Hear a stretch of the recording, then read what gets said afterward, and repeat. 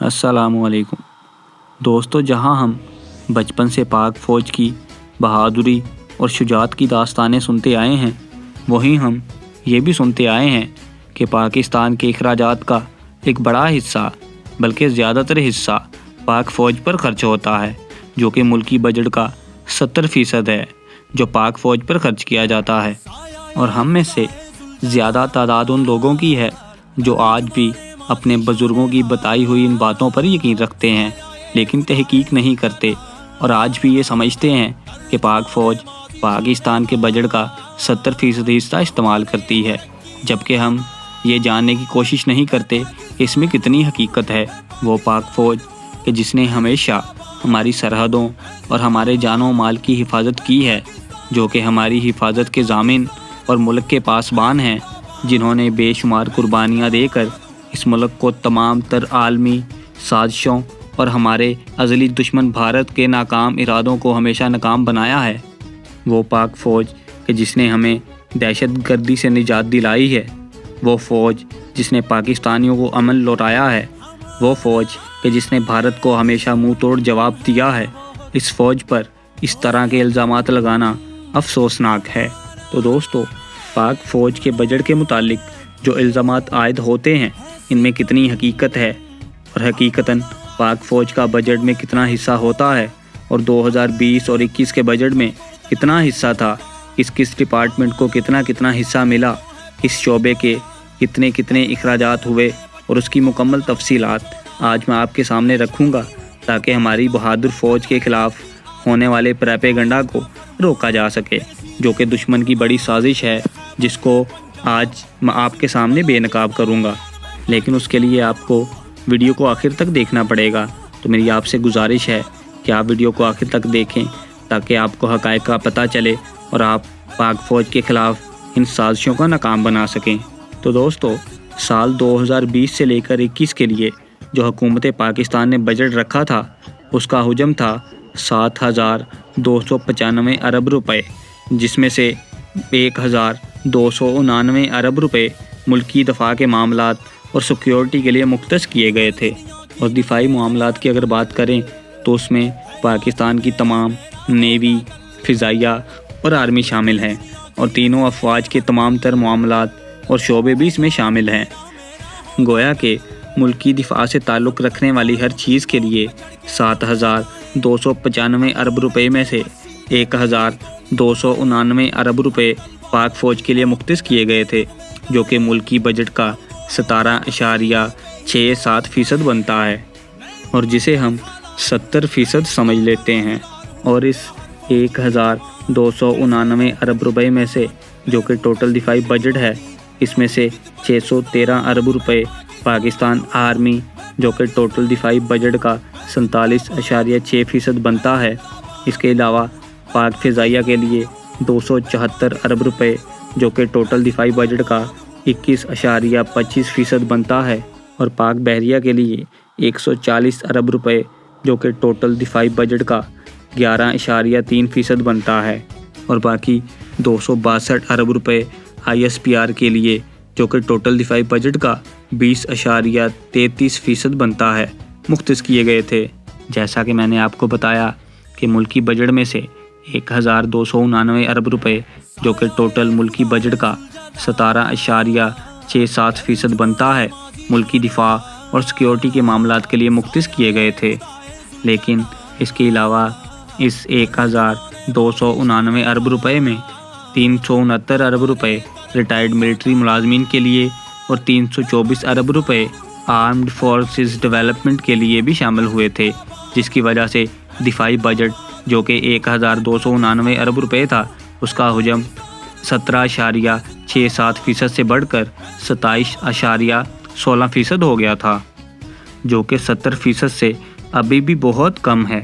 تو دوستو، ان اعداد و شمار سے آپ کو اندازہ ہو جانا چاہیے کہ پاک فوج کا بجٹ میں کتنا حصہ ہوتا ہے، اور ہمارے بزرگوں کی کہی ہوئی باتوں اور دشمنوں کی سازشوں میں کتنی حقیقت ہے، اور آپ اندازہ لگا سکتے ہیں کہ 27.16% اور 70% میں کتنا فرق ہے، جس کو لے کر پاک فوج کے خلاف پروپیگنڈا کیا جاتا ہے۔ مزید آپ کو بتاتا چلوں کہ پاک فوج دنیا کی سب سے بہادر اور چھٹی بڑی فوج ہے، لیکن پاک فوج کا بجٹ یا پاک فوج کے اخراجات دنیا میں موجود افواج کے مقابلے میں کم ترین سطح پر ہیں، جو کہ پاک فوج کی پاکستان سے اور پاکستانیوں سے محبت کا منہ بولتا ثبوت ہے۔ کیونکہ پاکستان کرپشن کا مارا ایک غریب ملک ہے، تو اس لیے پاک فوج بھی اپنے اخراجات پر سمجھوتا کرتی نظر آتی ہے۔ ان حالات میں جب پاکستان کو اندرونی اور بیرونی بے شمار خطرات اور امتحانات درپیش ہیں، تو دوستو اس کے بعد پاکستانیوں کے لیے یہ جاننا بھی ضروری ہے کہ یہ بجٹ خرچ کہاں ہوتا ہے۔ تو دوستو پاکستان جس کی بنیادوں کو اور جڑوں کو کرپشن اور معاشی بحران نے کھوکھلا کر رکھا ہے، اور پاکستان کہ جس کے مشرق سے لے کر مغرب تک تمام بارڈرز پر تناؤ رہتا ہے اور دشمن کے ساتھ جھڑپیں ہوتی رہتی ہیں اور سنگین قسم کے خطرات درپیش رہتے ہیں، وہ پاکستان کہ جس کا مغربی کنارہ اور ایک طویل 2670 کلومیٹر پر محیط بارڈر افغانستان کے ساتھ لگتا ہے، وہ افغانستان کہ جس کی اندرونی صورتحال نہایت خراب ہے اور جس کے اندرونی معاملات کو دوسرے ممالک چلاتے ہیں، جہاں نہ صرف طالبان اور حکومت کے درمیان لڑائی رہتی ہے بلکہ افغانستان میں موجود غیر ملکی افواج کے ساتھ بھی ایک لمبے عرصے سے لڑائی چل رہی ہے، جن میں نیٹو، امریکہ اور CIA شامل ہیں، اور اس سے قبل روس بھی شکست سے دوچار ہو کر اپنے ٹکڑے کروا کر افغانستان کو چھوڑ کر جا چکا ہے، اور اب پاکستان کے تعاون اور ثالثی سے امریکہ یعنی نیٹو اور طالبان کے درمیان مذاکرات بھی ہو رہے ہیں، جس کے تحت طالبان جو کہ افغانستان کو کنٹرول کر کے وہاں اسلامی قوانین کا نفاذ چاہتے ہیں، ان کے درمیان مذاکرات طے پا رہے ہیں، چونکہ امریکہ اور افغانستان کی تنظیموں جیسا کہ طالبان کے مابین امریکہ کے افغانستان میں آنے سے لے کر اب تک لڑائی چل رہی ہے، اور اس لڑائی نے نہ صرف افغانستان بلکہ پاکستان کو بھی بری طرح نقصان پہنچایا ہے، کیونکہ افغانستان کی یہ تنظیمیں جن میں دہشت گرد تنظیمیں بھی شامل ہیں، وہ یہ سمجھتی ہیں کہ امریکہ پاکستان کی مدد سے افغانستان میں بیٹھا ہوا ہے، وہ پاکستان کہ جس نے روس کو افغانستان میں شکست دے کر امریکہ کی راہ کو ہموار کیا تھا۔ یہی وجہ ہے کہ یہ تمام افغانستان کی تنظیمیں پاکستان کے خلاف ہو گئیں اور پاکستان میں دہشت گردی کروانے لگیں، اور ان دہشت گرد عناصر کو مکمل مدد فراہم کی افغانستان بارڈر نے، جو کہ مکمل طور پر غیر محفوظ اور کھلا تھا، جس پر اب باڑ لگا دی گئی ہے، جس کے متعلق میں ایک ویڈیو بنا چکا ہوں کہ جس سے آپ کو پاک افغان بارڈر پر باڑ لگانے کے فوائد کا اندازہ ہوگا۔ وہیں دوسری جانب ایران کے ساتھ 959 کلومیٹر طویل بارڈر کی صورتحال پاکستان کے امریکہ اور سعودی عرب کے ساتھ تعلقات پر منحصر ہے، جو کہ دونوں ہی ایران کے خلاف ہیں، اور امریکہ نے ایران پر پابندیاں عائد کر کے اس کی معیشت کو تباہ و برباد کر دیا ہے، جس کا ایک امریکی ڈالر 42,105 ایرانی ریال کے برابر ہے۔ لیکن پاکستان نہ صرف امریکہ، سعودی عرب اور ایران کے ساتھ اپنے تعلقات کو استوار کیے ہوئے ہے، بلکہ ایران بارڈر پر بھی باڑ لگا رہا ہے، اور تیسری طرف ہمارا 3,323 کلومیٹر پر محیط سب سے طویل بارڈر پاکستان کے روایتی حریف اور ازلی دشمن بھارت کے ساتھ لگتا ہے، وہی بھارت کہ جس کو پاکستان کا وجود ایک آنکھ نہیں بھاتا، جو کہ نہ صرف پاکستان کے ساتھ 3 جنگیں لڑ چکا ہے بلکہ پاکستان کو دہشت گرد ملک ثابت کر کے تنہا کرنے، پاکستان سے بلوچستان کو الگ کرنے، اندرونی انتشار پھیلانے، دہشت گردی کروانے اور پاکستان کو بحران کا شکار کر کے تباہ کرنے کی ہر ناکام کوشش کر چکا ہے۔ لیکن الحمدللہ پاکستان صحیح سلامت ہے، اور پاکستان کا وجود رہتی دنیا تک قائم رہنے کے لیے ہے انشاءاللہ، اور بھارت کی ان تمام سازشوں اور کوششوں کی وجہ پاکستان کی معاشی ترقی ہے، جس کی جانب پاکستان چین کی شراکت داری سے CPEC کو مکمل کر کے بڑھ رہا ہے، اور یہی وجہ ہے کہ بھارت CPEC کو کسی بھی صورت نقصان پہنچانا چاہتا ہے۔ وہیں بھارت کہ جس نے CPEC کے مقابلے میں ایران کے ساتھ مل کر چابہار کی بندرگاہ پر CPEC کی طرح کام کر رہا ہے، اور سمجھتا ہے کہ اس طرح پاکستان کا مقابلہ کر لے گا، جو کہ کسی دیوانے کے خواب سے کم نہیں ہے، کیونکہ سی پیک کی جو جیوگرافیائی اہمیت ہے وہ پوری دنیا جانتی ہے اور جس کا نیم البدل نہیں ہے، اور جسے نقصان پہنچانے کے لیے بھارت اپنا ایڑی چوٹی کا زور لگا رہا ہے، اور بھارت کے نظام کو ناکام بنانے کے لیے پاکستان کو ہر محاذ پر ایک مضبوط دفاع کی ضرورت ہے، جو کہ پاکستان کی آرمڈ فورسز کی شکل میں موجود ہے، اور جس کی ضرورت پچھلے 70 سال سے پاکستان کو رہی ہے۔ اور مودی کی RSS حکومت کے اقتدار میں آنے کی وجہ سے پاک بھارت کشیدگی میں اضافہ ہو چکا ہے، جو کہ اب پاکستان تک محدود نہیں رہا بلکہ چین تک پہنچ گیا ہے، جس کی وجہ سے ایک جنگ کا خطرہ بھی پیدا ہو گیا ہے۔ پلوامہ واقعے کے بعد جب بھارت نے پاکستان پر الزامات لگاتے ہوئے پاکستان پر ایئر اسٹرائک کی، جس کے جواب میں ہم نے ابھی نندن کی چترول کے بعد اسے پکڑ کر چائے بھی پلائی تھی، اور اس طرح ایک جنگ کا خطرہ بھی پیدا ہو گیا تھا، جس کو بھارت نے کشمیر میں آرٹیکل 370 اور 35 سے ختم کر کے مزید ہوا دی ہے، اور آج بھی لائن آف کنٹرول پر جنگ بندی کی خلاف ورزیاں کر رہا ہے، اور جنگ کا خطرہ اب بھی موجود ہے۔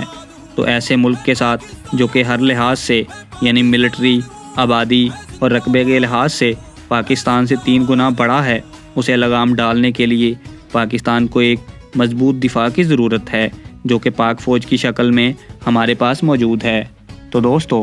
پاک فوج نہ صرف اپنے بارڈرز کو محفوظ بنائے ہوئے بیرونی خطرات سے نمٹ رہی ہے، بلکہ اپنے اندرونی معاملات اور خطرات کا بھی مقابلہ کر رہی ہے، جو کہ 9/11 کے واقعے کے بعد جب مسلمانوں کو دہشت گرد کا خطاب دیا گیا، اور خصوصاً پاکستان جو کہ دہشت گردی سے سب سے زیادہ متاثر ہوا، اسے دہشت گرد ملک قرار دے دیا گیا۔ پاکستان کہ جس نے امریکہ کی وجہ سے افغانستان سے آنے والی دہشت گردی کا مقابلہ کرتے ہوئے سانحہ پشاور کے بعد فوج کی مدد سے آپریشن ضرب عضب کے ذریعے دہشت گردی کو جڑ سے اکھاڑا، اور دنیا کا وہ واحد ملک بن گیا کہ جس نے دہشت گردی کے خلاف جنگ میں کامیابی حاصل کی، اور آج بھی پاک فوج آپریشن رد الفساد کو جاری رکھے ہوئے ہے، جس کے تحت دہشت گردوں کا سراغ لگا کر انہیں جہنم واصل کیا جا رہا ہے۔ اس کے علاوہ پاک فوج کے ریسکیو آپریشنز کے لیے NDA میگا ادارہ بھی بنایا ہوا ہے، جس کے تحت کوئی بھی آفت آ جائے، جیسے سیلاب، زلزلہ، کرونا، ٹڈی دل، گویا کہ کوئی بھی آفت آ جائے، پاک فوج پاکستانیوں کی مدد کے لیے پہنچ جاتی ہے، اور تمام تر سرگرمیاں بھی آرمی کے دفاعی بجٹ میں سے ہی ہوتی ہیں۔ تو دوستو، اس طرح پاک فوج اپنے اس قلیل دفاعی بجٹ کو بارڈرز کو محفوظ بنانے، دہشت گردی کے خلاف جنگ لڑنے، قدرتی آفات سے نپٹنے، اور پاکستانیوں کی مدد کرنے، اور معاشی ترقی کے لیے اہم ہماری بندرگاہوں اور خصوصاً سی پیک کو محفوظ بنانے کے لیے خرچ کر رہی ہے۔ پاکستان آرمی اپنے بارڈرز کو، پاک فضائیہ اپنی فضاؤں کو، اور پاک بحریہ اپنی سمندری حدود کو محفوظ بنائے ہوئے پاکستان اور اس کے مفادات کا دفاع کر رہی ہے، اور ملکی سیکیورٹی کو یقینی بناتے ہوئے کسی بھی حرکت کا منہ توڑ جواب دینے کے لیے ہمہ وقت تیار ہے۔ اللہ تعالیٰ سے دعا ہے کہ اللہ تعالیٰ پاکستان کو ترقی کی راہوں پر گامزن کر کے ایک عظیم ملک بنائے، جو کہ پوری دنیا کے مسلمانوں کی نہ صرف حفاظت بلکہ رہنمائی بھی کرے، اور اللہ تعالیٰ رہتی دنیا تک پاکستان اور اس کی فوج کو سلامت رکھے۔ میں آپ سے اجازت چاہتا ہوں، اگر ویڈیو اچھی لگے تو لائک کیجیے گا، سبسکرائب بھی کیجیے گا۔ پھر ملاقات ہوگی آپ سے ایک نئی ویڈیو کے ساتھ، تب تک کے لیے اپنا خیال رکھیے۔ اللہ حافظ۔